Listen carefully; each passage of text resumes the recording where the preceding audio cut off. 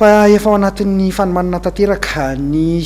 malagasy rugby amin'izao fotoana izao ny fandraisana io lalao amin'ny alahady io efa mipetrapetraka avokoa ny pitsopitsony araka ny fandaminana rehetra na ny lafin'ny filaminana na ny fivarotana ny tapakila sy ny zavatra rehetra isy amin'ny alahady izao mitondra fanavana mikasika indrindra izay kosa Andriamatoa Silofosson Bien-Aimé izay filolefitry ny fédération-na malagasy ny taranja rugby.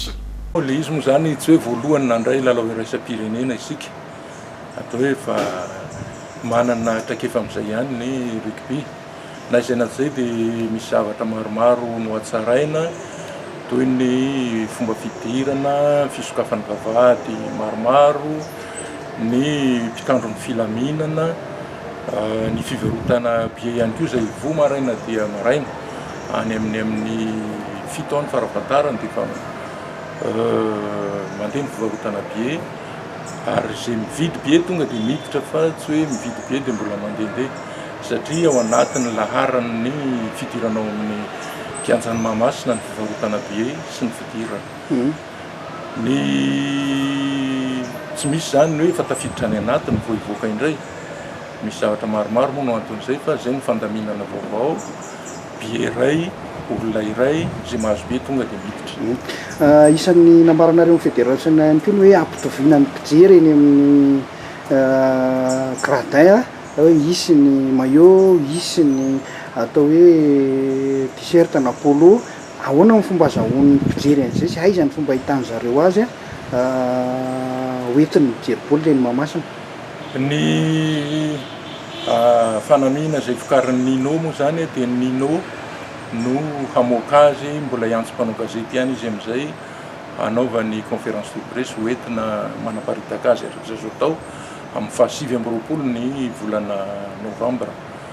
Na izay na izay dia mbola horesahana azy meloa ihany azahoana hoe mba hanaparitaka an'izany meloloha azahoan'ny mpijery mahazo izany sy amin'ny vidiny mba tokony takatry ny rehetra. Fa na izay na izay dia tsy maintsy hisy ireo maillot ireo ary atao hoe anisan'ny maillot tsara indrindra hatramin'izay koa ireo amidy ireo, hisy ny t-shirt fa ao aorianan'ny 29 no hiparitaka amina toerana maromaro ny fivarotana azy. Rovina ry zareo nigériana no tokony ho tonga eto Madagasikara. Zoma maraina izy no tonga dia mitsapa terrain izy ny zoma hariva. Ny maki moa dia mitsapa terrain efa hita toerana moa tsika dia tonga eny amin'ny terrain ireo alarobia ny alakamisy mitsapa terrain azon-drehetra jerena moa zany mazava loatra. Fandaharam-potoana amin'ny alahady izy zany ankehitin'nypo rugby ho an'ny ankizy kely isy ihany koa lalaoviny vehivavy toy ny championnat ny vehivavy rugby à 15 mety isy ihany koa lalao ray ho an'ny fédéral 2 alohan'ny amin'ny telo anombohan'ny lalao an'ny Nigéria sy Madagasikara. Ho fanampin'le fandaharam-potoana moa zany amin'ny alahady voalohan'ny volana desambra io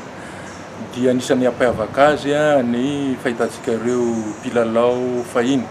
anisan'ny kalaza fahiny vétéran ozintsika angamba ny mazava azy bebe kokoa hanao lalao amin'izany izy ary ampiseho ny mbola tanjany, ny heriny, ny fahaizany ary indrindra izay no anaovana azy hoe lalao spectacle hanomezana fahafapo atsika mpijery amin'io andro mety hanomboka amin'ny 10 eo izy io 30 minitra indro mity.